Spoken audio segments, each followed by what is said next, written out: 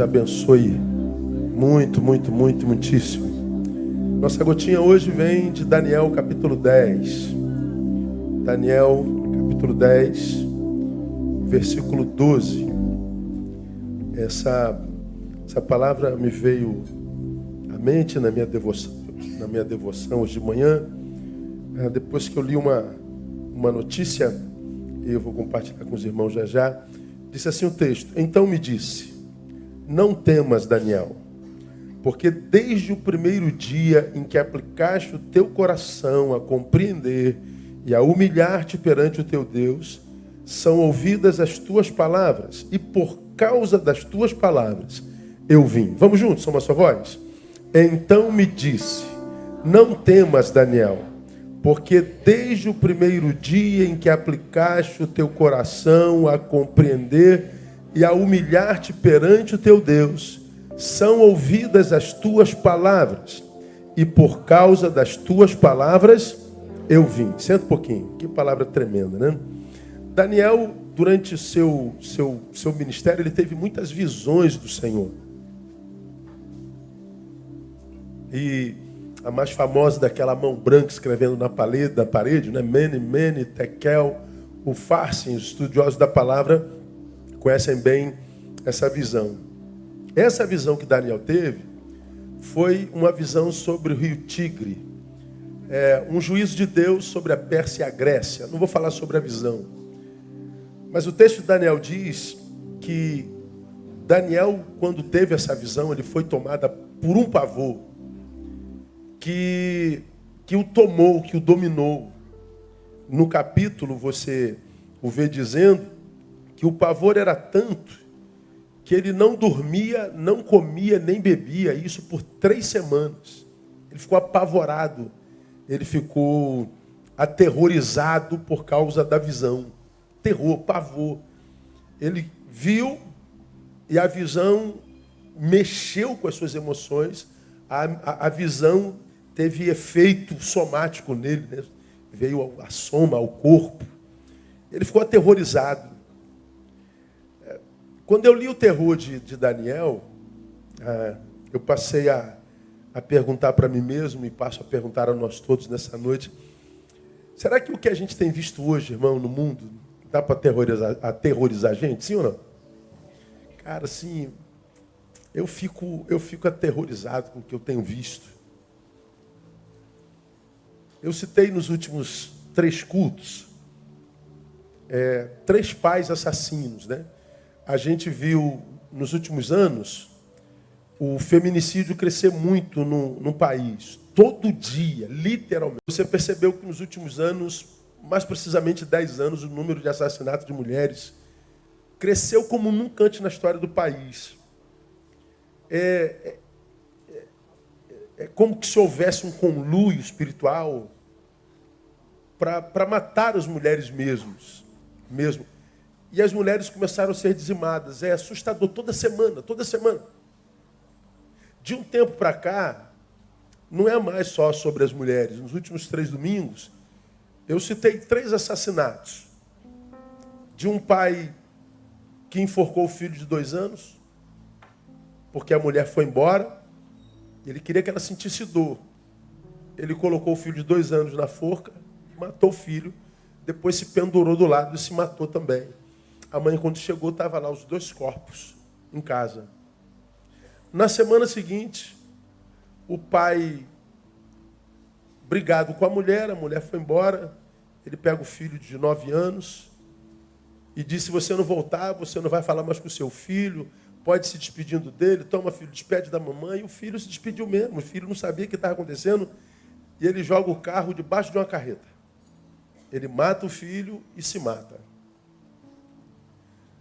Na semana passada, o pai de 21 anos mata o filho de 2 anos afogado numa banheira, numa bacia, porque ele queria punir a mãe também. Então, agora começa uma outra ação, não mais contra a mulher, mas contra as crianças. Hoje eu li a notícia que aconteceu lá em Telluride, no Colorado, no estado do Colorado.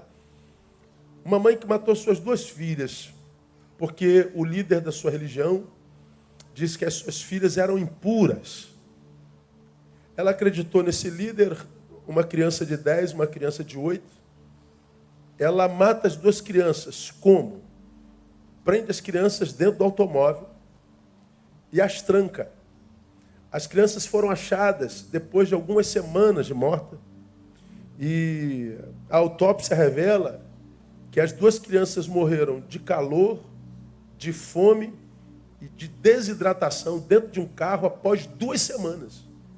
Então as duas crianças morreram lentamente, assassinados pela mãe. E agora, as crianças que são vítimas, aí você vê outra notícia que aconteceu agora na segunda ou no domingo, não me lembro, de um garoto de 12 anos que matou uma amiguinha de 9, você viu? A Raíssa Eloá, agora foi domingo, assassinada por um amiguinho de 12 anos. O amigo subiu com ela numa árvore no Parque do Anhanguera, em São Paulo, e enforcou a amiga.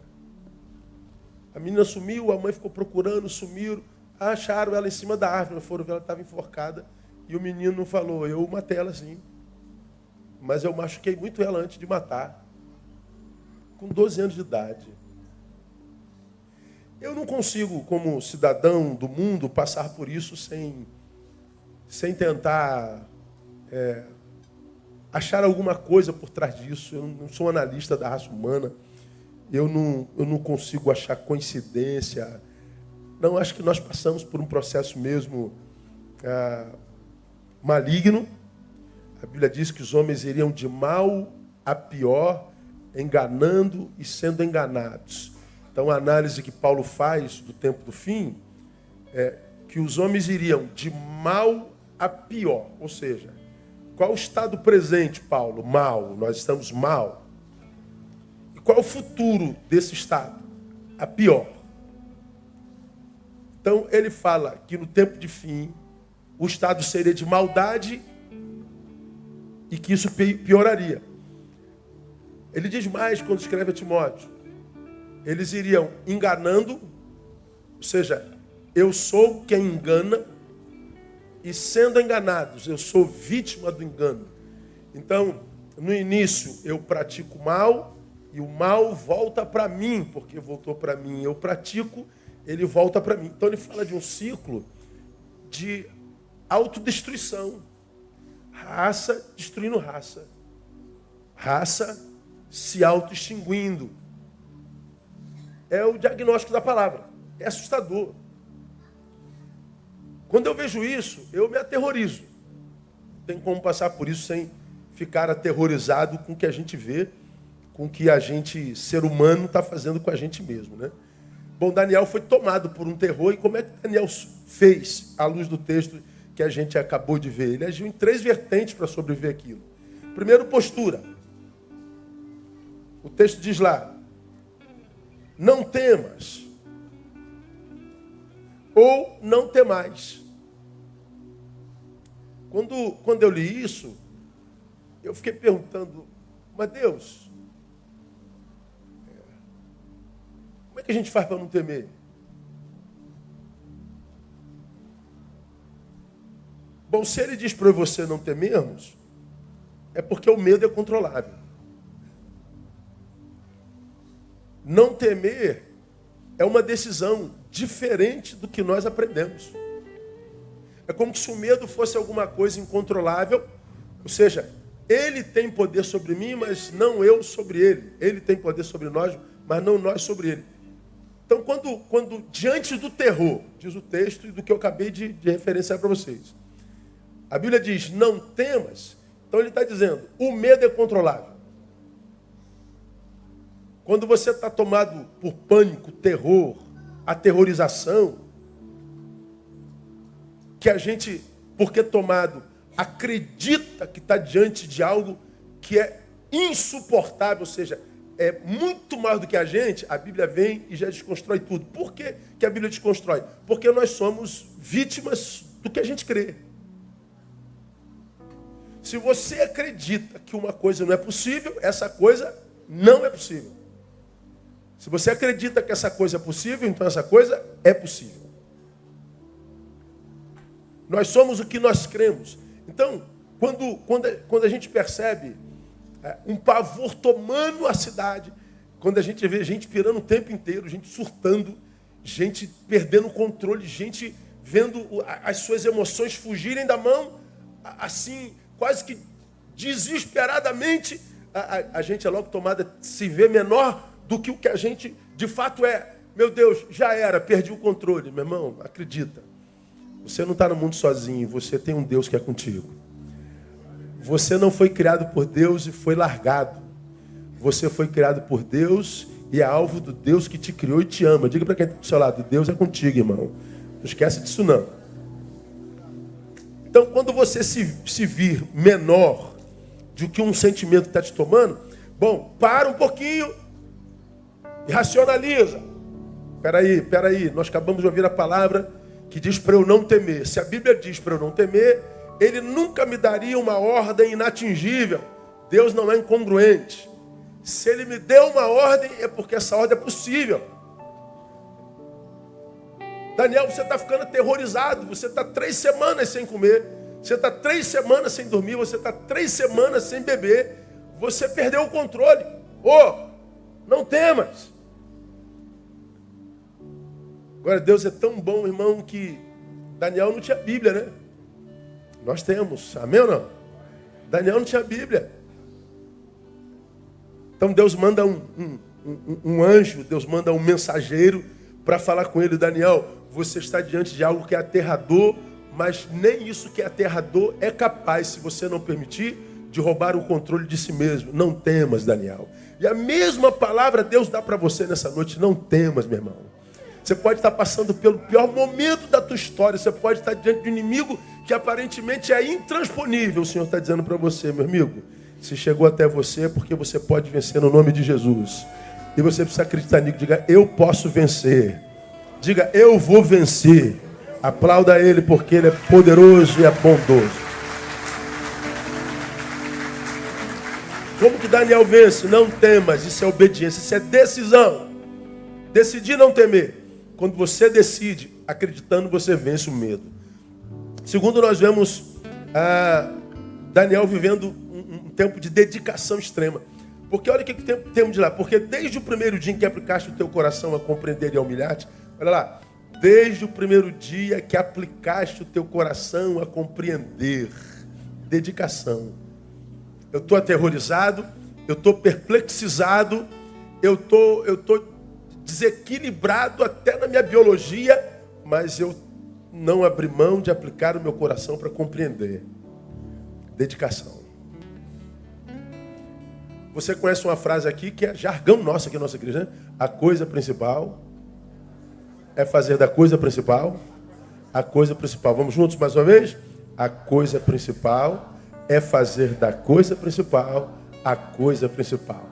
Bom, a gente aprendeu que o lugar da coisa principal é no lugar da coisa principal. Não tira o principal do lugar. Daniel viu que o seu apetite foi embora, o seu sono foi embora, a sua paz foi embora, mas ele não tirou o coração da palavra de Deus. Ele não tirou o coração da promessa de Deus. Ele não tirou Deus da promessa do coração. Ele dedicou-se, ele esforçou-se. Isso é esforço. Deus, eu perdi desejo das coisas materiais todas. Eu não consigo beber, comer, nem dormir.